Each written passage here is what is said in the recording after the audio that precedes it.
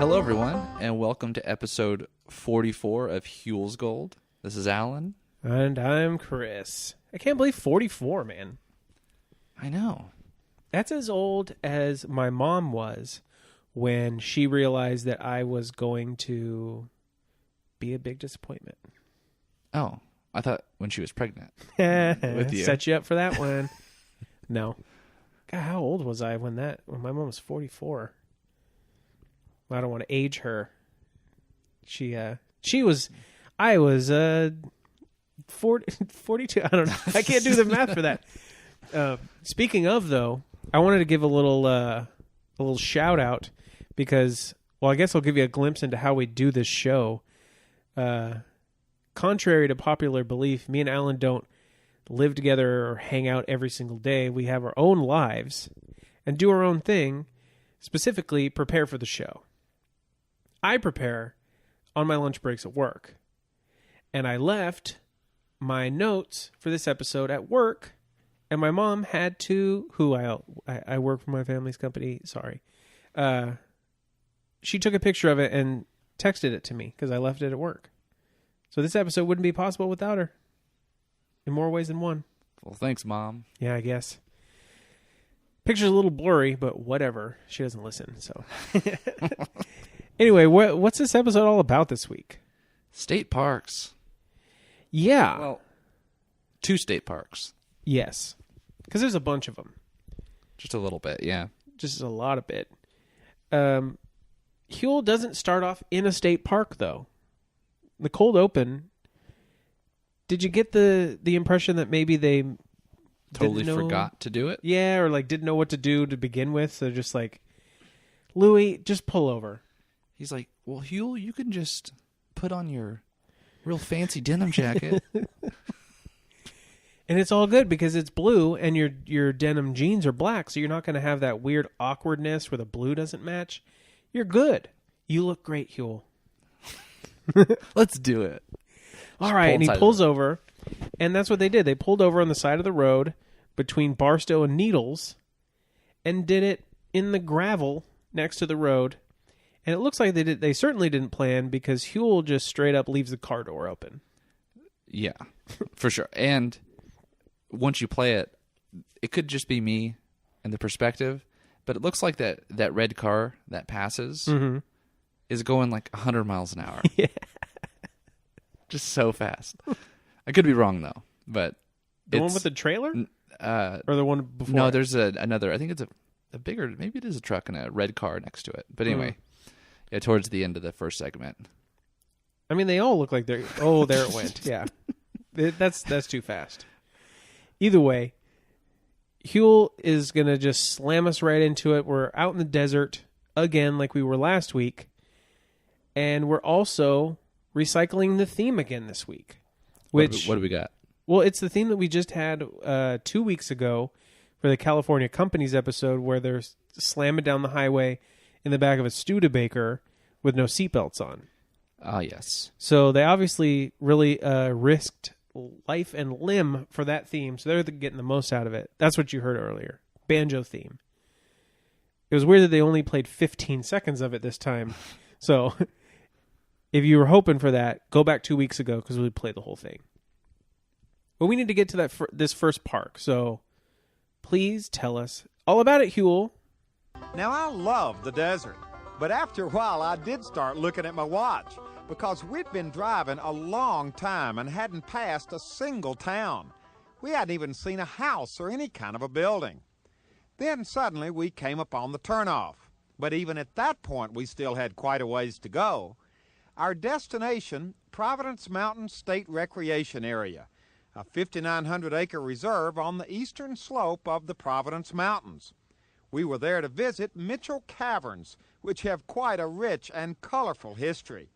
And driving up into those beautiful mountains, we had a feeling that this was a special place. So we're in Mitchell Caverns. And as the name kind of hints at, this is a cave. And just like last week, we talked about how your thing that you've always wanted to do is go to Catalina Island. I've always wanted to go in one of these stalactite caves. I've never done it. Okay. You have. Oh, yeah. 2 months ago I did. Yeah, I know. And I got the same geology lesson that Huell gets. Before we get to the geology lesson from old Ramon, I want to talk about the fact that you went to a cave in Dangle, Tennessee? Yeah, that was in Tennessee. Yeah. So I don't think it counts unless it happens in California. So you're... I'll tell you the weirdest part of the experience. Okay, it's cool. There's formations. Mm-hmm. Some people are more into rocks than others. I get it. Our tour guide was jacked. You better be on careful, rocks. because this is a very rocky episode. Oh. So there might be some like geology freaks. No, Mike, he's a geologist. I have friends that are geologists. Okay. And I had a good time. Overall, it was a good time.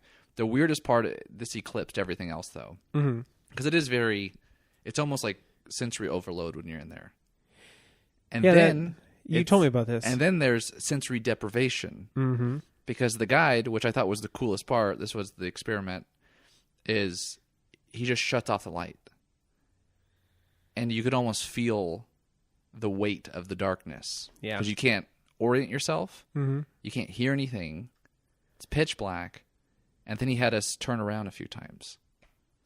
And it was heck no. It was a trip. Well, Kathleen had to start hearing herself breathe because it started to weird her out a little bit. Forget that. Anyways, but I don't want to diminish it because I totally still want to came go, in. yeah. I came in to see Shubi as a geology major. You knew that. It's crazy to think that that's the trajectory you went in. It seemed like a rock solid plan. Oh, gosh, this is so bad. But anyway, you did not stick with it. Have you heard of these? Mitchell Caverns? Caverns? No, not at all. I mean, I've seen haven't this episode either. a few times, so past couple years I've known about it. But before this, no. And that's kind of the big deal at the beginning here that Huell mentioned on his gravel road intro, is that this is super remote. It's the most remote of the state parks. They don't even have a phone out there, which I assume they do now. I don't know. Either way, this is like super deep in... Is it technically the Mojave? Yeah, I think that's what he said, the Mojave. Yeah, it must be outside of the national park area of Mojave. I think the city, when I looked it up, it was in Essex. Okay. And it's in San Bernardino County. Which All San right. Bernardino County is just a massive county. It just sprawls all the way out to the border.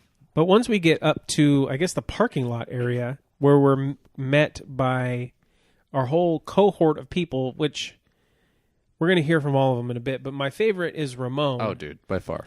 Because he's introduced as an interpreter. And Huell says... I'm not going to get the direct quote because I was kind of giggling too much to write it down. Did you get it? I got most of it. Okay. You say it and How Huell said it? exactly how he said it, because that's the point. He says, "Oh, you're the interpreter. Yeah. Can you interpret why it took so long?" Interpret.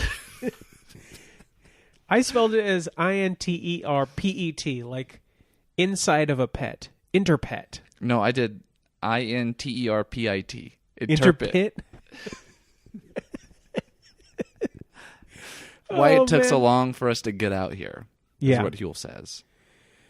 Well, Ramon just kind of blasts right through that and starts going into the entire valley area and gives, what was it, a few billion years of history in about 45 seconds. Yeah, it was. Well, I don't want to use that term. It was like verbal. How would you say? Regurgitation? No. I wouldn't say. Well, it was still. He was Gymnastics? It was knowledge. I wasn't say verbal diarrhea, but it was like pure facts. This isn't our friend Chaz's podcast. R.I.P. But it's not. You know what I mean? It was actually useful. Oh yeah, Information. and you could tell that he's said this a few times because he just had those year spans down. And the thing that really piqued Huell's interest the most was the fact that this area, which is so arid desert land now, used to be a rainforest. Yeah, He was freaking. But he kind of steers it right towards the real reason they're there, which is the caverns themselves. Well, before we get there, I mean, Ramon did give us some pretty interesting facts about the basin. What's he called it? Clipper Valley? Yeah. And how... You want to go into it? What? Say it. Like, it's big-time information. I thought you didn't want to say so much about it. You know, I thought it was pretty cool because it's a 300-square-mile basin. Mm-hmm. It's called Clipper Valley. It's very arid, and it resembles... It's about the same size as the Los Angeles basin. Yeah. And this resembles what the Los Angeles basin would look like. If it wasn't irrigated? Yeah. To the point of the insanity that exists now?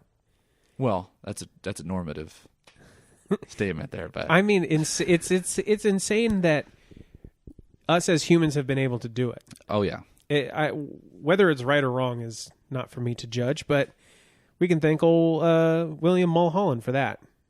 Sorry, Owens Valley, but you'll pick up your life and start over. Owens Valley's doing much better now. We're going to get into that one day, years down the line, because there's lots of California water history to come in the later years of the show. Either way, for now, we're seeing the Clipper Valley and Ramon throwing all these facts. I thought it was a cool visual. It's very cool because, like, that was the vision of the Los Angeles basin at one point when Native Americans, Spanish explorers, and missionaries came through there. That's what they see. And then they thought, like, oh, we'll just build something here with no water or, well, minimal water. It was still good weather back then, but yeah. That's crazy. So can we talk about these caverns now? Let's do it. Mitchell Caverns, named after good old Jack Mitchell, who was he's just the owner of the place, right? He bought the land, and he found these caves that have been called numerous things over the years by Native Americans, and I guess miners were up in here before that. So now it's called Mitchell Caverns after Jack, who created it, or the area we now know, as a tourist attraction. Would you ever do something like this? Meaning what Jack did, where you buy a hunk of land and you find, like, oh, look at this crazy thing. I'm going to build roads and run water out here. Would I do it? Yeah. Well, I wouldn't be able to do it because I'd have to get a building permit. Oh, man. Okay, so I couldn't do it. But if I could, I don't think so. I don't think I even have the ability, and or what Ruth, what did she call him? She said she referred to her parents as marvelous people with stamina. Yeah. That's a good way to describe it. I don't think I have the wherewithal, the stick-to-itness. Ooh, that's even better. Before we get to Ruth, though, we're going to, after our lesson in the parking lot, we actually head to the caverns themselves. And it's funny that a lot of the time of this segment isn't in the caverns themselves. Right, because yeah.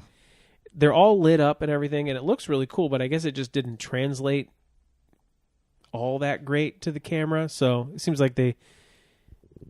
Did you also get the impression that Huell was kind of getting sick of the geology lessons? Yeah. Bro, that's what you're there for. You're in a cave. Inside? Yeah. Oh, yeah. Because what did he ask? He asked the, do we get her name? The ranger? Or the, park ranger. Yeah, in the beginning. I didn't I forgot her name. But I thought, it was just a first name. I thought he said, oh, so this is what you specialize in. She's like, oh, I don't know about specialize. I'm interested in it. He's like, oh. So that was pretty good. Man.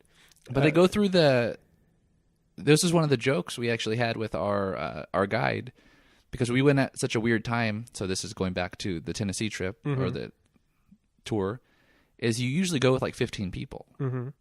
And there was no one on our tour except for just us two and the guide. I don't remember you telling me that part. Yeah, it was just us. I always wonder that because you talked about the super quietness, and I thought, well, there's like a bunch of other people with you. Wouldn't you hear like rustling? But if it's just you two, it was just us. Yeah. Ooh, and so that makes it cooler. And it was cool. I don't want to make it sound like it wasn't cool. Oh yeah, like the kind of creepiness is the same reason that people go to haunted houses. Like, it's still kind of like nerve-wracking. And the fact that he did such a good job, like he was able to open up more because it wasn't a giant group of people. Oh, yeah. And one of the things, it's like Kathleen actually put this together. He's like, oh, you got the stalactite, you got the stalagmite, and they grow, because we see a column here. Yeah. They grow, and when they touch, I'm doing a finger motion here. It's not a video podcast. They turn into we got Twitch going? Anyway, they turn into a column. And Kathleen said, oh, so the stalagmite and stalactite, they grow towards each other, and then they... and they make a column. Kissing columns. That's good. Oh, man. So that's what I see. So we're in and out of the caverns within a matter of, I don't know, 2 minutes? Because at about the 8-minute mark, we're already back outside, hanging out with old Ruthie that we talked about for a second. She's, say her last name. Ruth? Beauchamp. Beauchamp. No. I mean, yeah, that's literally Beauchamp. She's the daughter of good old Jack Mitchell, who is responsible for this whole place, built this big old house out of crazy rocks that he pulled out of the mine. And she is a sight for sore eyes, I got to tell you, because she decided to come out to this super remote desert wonderland in the whitest clothes I've ever seen. She has a white bonnet, a white polo shirt, popping out the top of the most pristine white sweatshirt with floral embroidery I've ever seen. And it doesn't look like there's a speck of dirt on this thing. No. I think she's even wearing, she's going with the white pants and white shoes, right? Totally, yeah. It's head to toe. Yeah. Oh, yeah. She's dressed kind of like, do you remember Waylon Mercy? No. Yeah. He was a wrestler for a while. Oh, okay. She does something, though, that many people don't get to do, and that is hold Huell's hand. That's right. Huell is kind of helping her on this super rocky trail, and I'm surprised she let go, to be honest. Mm-hmm. I don't know if I'd be able to do the same. She's kind of just telling the story of how great it was to be able to come out here during the summers and stuff, and how happy she was that her family got to experience this, and that her parents, she's so proud of her parents. There's a weird little thing, which I'm just going to chalk it up to like a misspeaking thing. But when she's talking about her dad, she kind of says, Jack and I. Oh, I mean my mom and dad. I'd missed that. Dude. Like, I don't even know what to say about that. It's kind of weird. But the weird thing is that they cut to these old pictures of her mom and dad, and she looks exactly like her mom. So, do you think she has never aged? Like Kenneth on 30 Rock? Yeah. It'd be weird if you were this like ageless Lord of the Rings elf type, but your aging stopped at like 80 years old. Yeah. So you like think you're going, and then boom, at 80, that's what you stay at. That would be crazy. That would be interesting. But for you immortality freaks out there, maybe you'd be into it. I don't know. Either way, this is a pretty short segment. Like, we're already kind of at the end of it. And Huell... Well, I mean, she does mention a few things about her dad, though. Did you catch more? He was a G dude, for sure. Oh, yeah. What do you got? Like, his intention wasn't to have, which I think it was cool anyway, that he was trying to figure out a way to preserve this privately. Mm-hmm. And so he was trying to raise the funds, and even like, what was it, Dolheny, which... like. Yeah. That's a big name in State Beach, right, in Dana Point. And then she mentioned another name. L.A. mayor or something? Yeah, it was some other name. And they said, oh, we're not going to invest in this. This is a Great Depression. You're not going to get people to come off the road. Yeah. And then her dad just says, which could be apocryphal, but it's still cool, quote, "I'll show them I can do it," unquote. And he built a road, the pipeline, the trail, gave tours, and her mom would make sandwiches and sell food to the... Not to mention that big rock house that's still being used to this day. Like, this is still a state park. You can still go out, check this whole thing out. It's still kind of a trek to get out there. But there's lots of people who go exploring out in the desert now. I'm sure there's way more visitors now than there used to be if they have a phone now. That remains to be seen. But yeah, these were tough folk for sure. Good old Mitch. That was cool. Speaking of tough things, we're going to stick with the rock theme, and we're heading up north. Huell, what's this rock all about? Our next adventure took us to the Sierra Nevada foothills, 8 miles east of Jackson in Amador County. Now, to get to this particular state park, we traveled down some beautiful little country roads and through the historic little community of Volcano. Our destination was Chauncey Indian Grinding Rock State Historic Park, a 135-acre park created in 1968 that is a very special place. First thing we did after we got to the park was to visit the Chauncey Regional Indian Museum, which features a variety of exhibits and an outstanding collection of Sierra Nevada Indian artifacts. From the museum, we hooked up with our host for a walk around the park, which includes a typical Miwok village that's been reconstructed. Now, it's been reconstructed in order to preserve the Miwok heritage and their traditions, and most importantly, to share these traditions with present and future generations of Californians. All right, so where are we rocking out? We are in the Chauncey Indian Grinding Rock State Historic Park. Oh, it's a mouthful. Nice. Rolls off the tongue. Yeah. Either way, this is up in Old Gold Country. We're up north again. Yeah, I think so. Yeah, we're like right outside of Volcano, which I kind of wanted to go to that town when I was on my road trip a couple months ago. But the thing about those gold rush towns is, which I don't even want to say this because it's not really true. You've seen one, you've seen them all, but they do kind of look a lot alike. Yeah. But each one has a different level of, like, what's not even gentrification. That's not what I'm trying to say. But like development.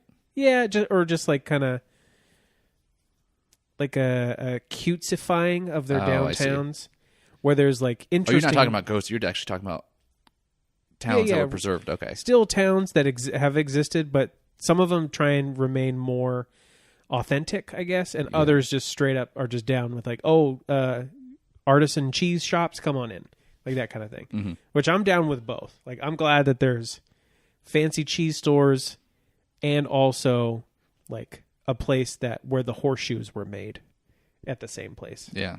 All right. Either way, that's not where we're here. We're here to check out the other state park, which right off the bat, I gotta say, Huell is usually very good about being culturally sensitive about anything and everything.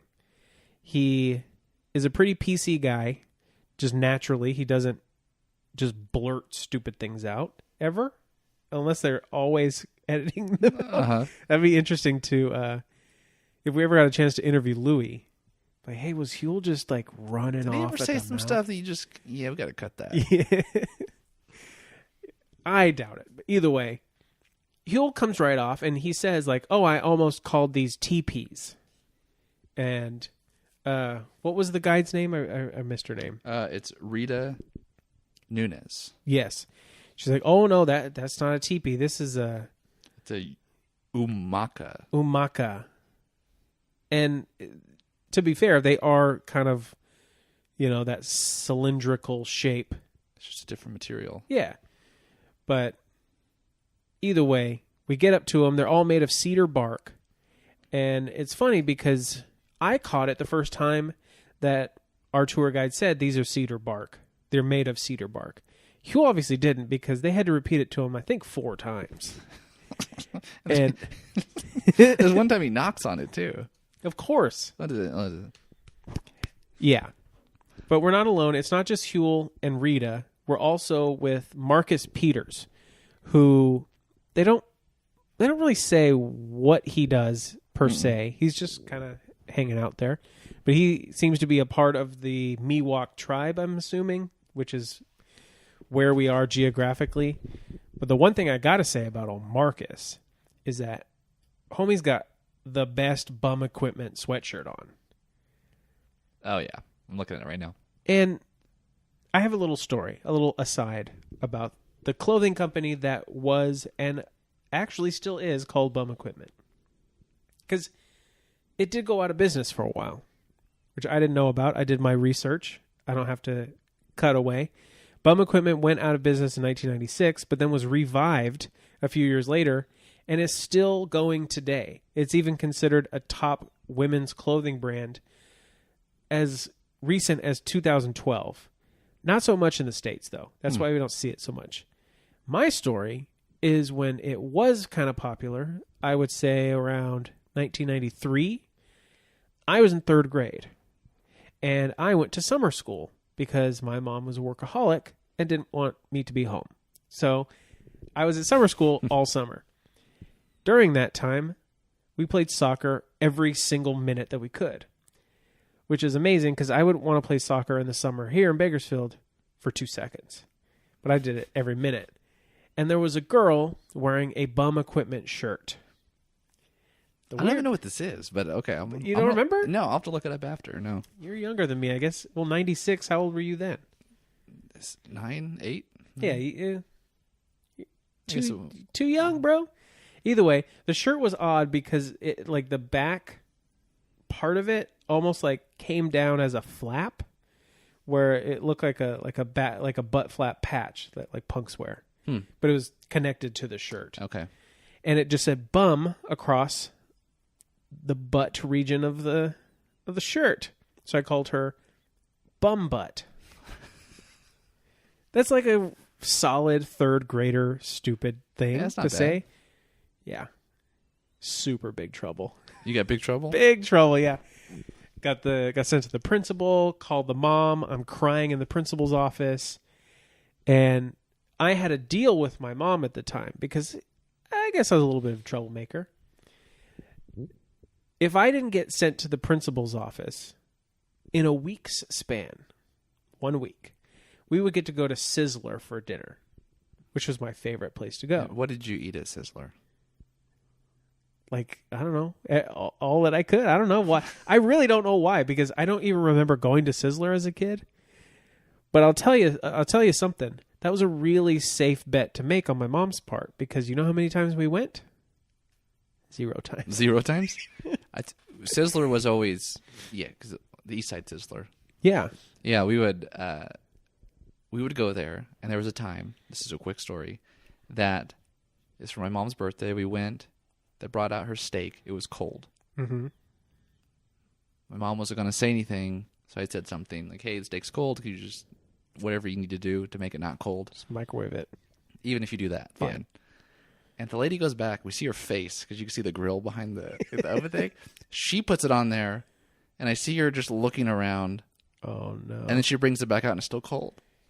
Oh, man. She fake put it on the grill? So, did you say anything, or you just let it fly? It was so funny that we just got dessert, I think. Oh, that's good. So anyway, all right. I'm sure Marcus, I would never have called him what I called that poor girl. Her name was Lindsay. I still know her name. That's so weird. Bum butt? Yeah. So did you notice that, like, I think 1528 here, what is Huell? He has a grin on his face, and he's nodding. He looks like how I've looked when I was always getting in trouble in school. Just kind of, ooh, I'm getting away with something. But we're still not alone with just Rita and Marcus. We got David Snooks. Old D Snooks?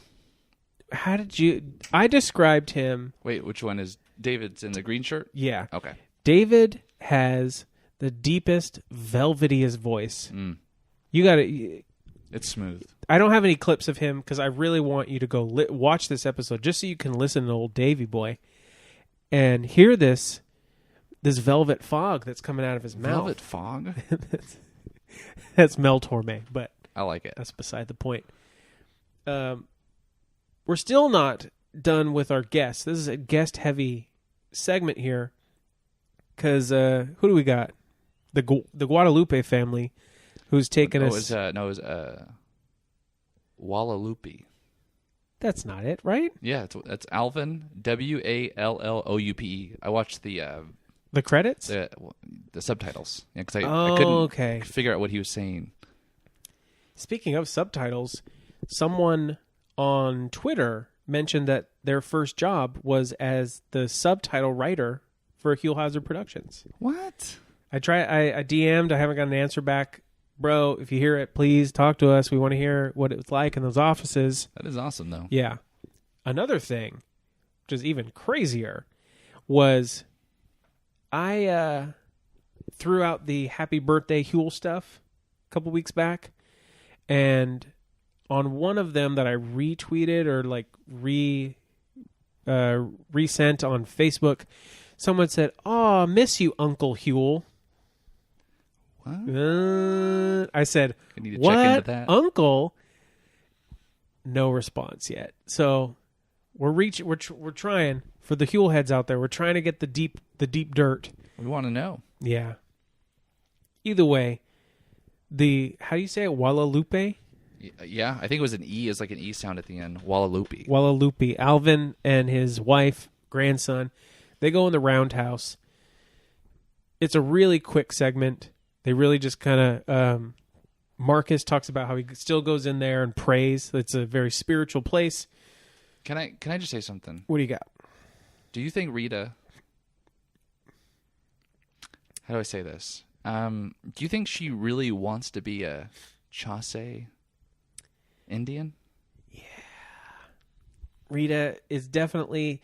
She feels like that friend who's maybe like new to school and wants to just be cool with everything and doesn't know all the inside jokes, but it's like, I know what you're saying. Because she was so serious, and I get it, it's a serious thing. But even when Marcus was talking about the, what do they call it? The Miwok ground house. Yeah. He was saying like, yeah, people come in here, and then she gets, people, they come in here and they don't want to leave. Like, oh, okay. No, we get it. It's a sacred place. Mm-hmm. Yeah, we get it. But then we'll get back to why we think how we do about yeah. at the end. So. Because once we meet with the Wallaloope family, we then meet with Ramona Dutchkey, who is making baskets, necklaces, and kind of gives a little show and tell to Huell. And to keep on the like soothing voice trend, she has the softest kind of like, what do you call it? I called it a calm voice. Very calm. I put very soft voice. Both equal descriptions of the same voice. And it even makes her, so when she's talking about the, I don't know, some sort of leaf that they're sniffing, but... I think it's sage.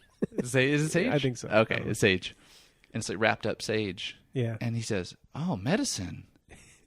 What is it? Medicine for what?" And she goes, "Medicine for anything." I like to sprinkle it in my bed of what I'm feeling. And she said, at the end, she said, "It has a nice odor." You should associate odor with Negative smells. Yeah. Well, Ramona, you're fun and all, but we are really here for one thing, and that's The Rock. I wish it was Dwayne Johnson, but it's not. No, but we do hit rock bottom right here, because look.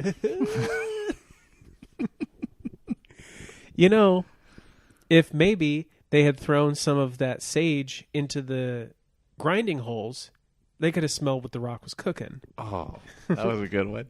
Because they really did use it for the cooking. Did you catch that? Yeah. Yeah. So The Rock is this giant slab of granite that's exposed that has been used as a grinding stone for, it must have been millennia, because there's, I think...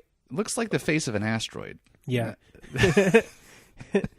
There's over 1,000 holes and numerous petroglyphs in this giant exposed rock. And What petroglyph? What that means? Petroglyph is a rock carving, unlike a hieroglyph, which is a rock painting. Okay, that makes sense. Yeah, you think you know this because we've already talked about the petroglyphs at. Oh no, we haven't. That's a painted rock. That's painted rock, but also even if we had all up in the wrong. My favorite manager, she would say, I'd ask her something very specific, and she would look at me and say, "I've slept since then." So that's what I'd have to say. Oh man, I thought when you said manager, I thought you were going to go into like pro wrestling managers and say like, "Oh, what?" Paul Bearer. R.I.P. for real. Where was I? Oh, the rocks. Yeah, the petroglyphs, all that, and this was still being used as early as a generation ago because David, deep voice David, said that his grandmother, great aunt, like the generation prior, would still come out here and use this rock. Well, what I thought was the most interesting is that families would almost homestead a particular portion of the rock and then pass it on to their generations. Yeah. That's kind of interesting. That's, you're carving out in communal property your own little piece of it.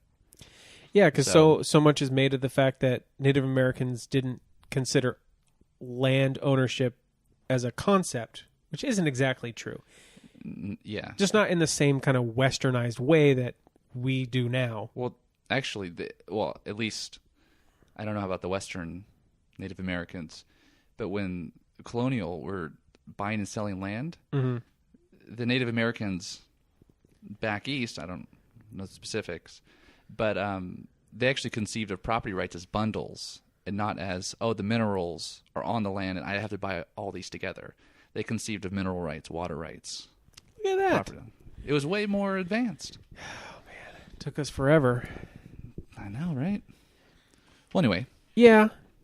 Well, we get a little demonstration, and because this is like a state park, this is a real deal place, we're not actually going to be using the exposed rock itself. We have like a portable mortar that we're going to get a little demo of acorn grinding, which was my favorite interaction, was Huell with one of the new women. Did they mention her name? I didn't catch it. Yeah. Sarah. Oh, boy. Sarah. I'll just call her Sarah and Jen. Okay. She is giving the demonstration.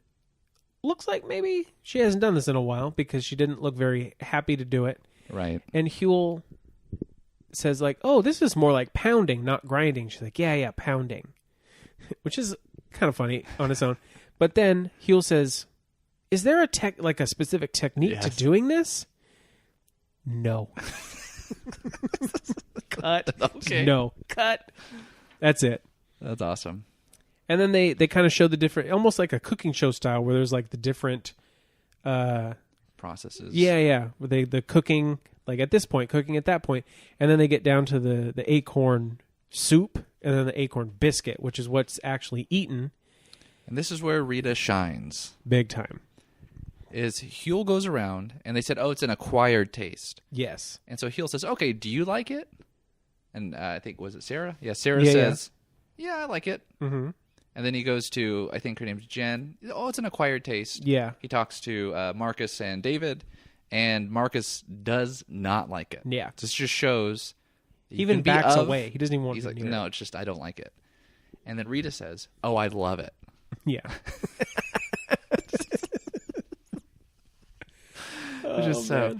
But then we get Huell's face, and that's the most polite way to say that was super gross, dude. Because he obviously is stalling eating this stuff because everyone had their little opinions, and then he's just kind of hemming and hawing, and then finally he's like, I don't know, you guys talking about this stuff? All right, and he goes for it. It looks like he just they put clay on a wheel. Yeah. And it's wet, and he just took a spoonful of it. That's the only way I can describe it. Yeah. And what does he do? He stalls, and he says, that's an acquired taste. Yeah. And then he just gave the rest away. He didn't eat the rest. Like, if you like it, here you can have mine. Yeah. So. Well, the last little bit that Huell does, as usual, is this kind of outro segment where he starts with sunglasses on, talks about the wrap-up, takes the sunglasses off, and continues the wrap-up into the California's Gold, see you next time banter that he always does. Now this time, he says something a little different, which this kind of feeds into the desire that I always had. He said, maybe we'll run into each other at a state park, which is where my whole kind of super fandom of Huell started, is that I would see him and see those interactions. Like the best one is the solving when he stops in the middle of the street to interview the family. Like, I wanted that so bad. I would always talk about it like, anytime we're on road trips, I'm out just spying, just where is Huell? Now, we probably didn't do it right because we were always going to places that Huell had already been. He did repeat a lot of places, but... Right. He was typically one to go to a new place. Yeah. Either way, it's one of those teases that can never fully... I can't ever do it. He's gone. We'll never run into him.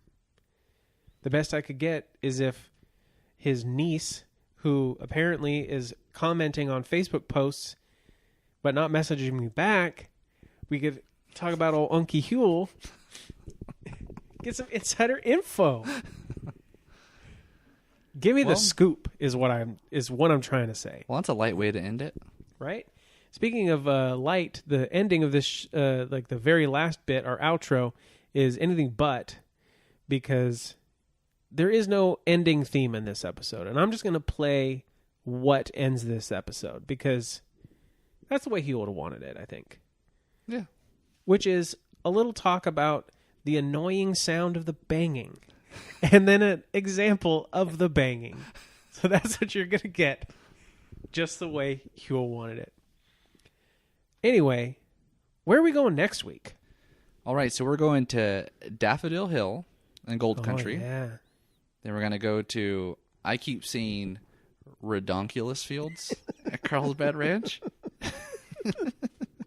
They look pretty redonkulous. It is pretty redonkulous. And it's going to be popping at the California Popper Reserve in AV. It's our second time going there. I hope the Whistler comes back. Oh, yeah. We'll have to see. You'll have to see. Come along with us next week and every week as we continue our search for gold.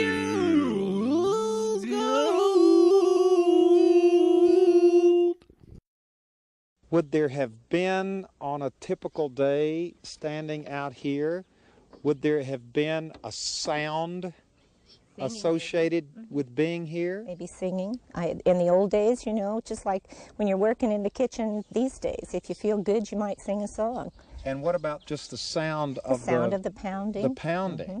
The sound of kids maybe coming and wanting to irritate their mom or something, and people talking out here and just socializing. And it was a good place to get together and get your work done and have fun together at the same time.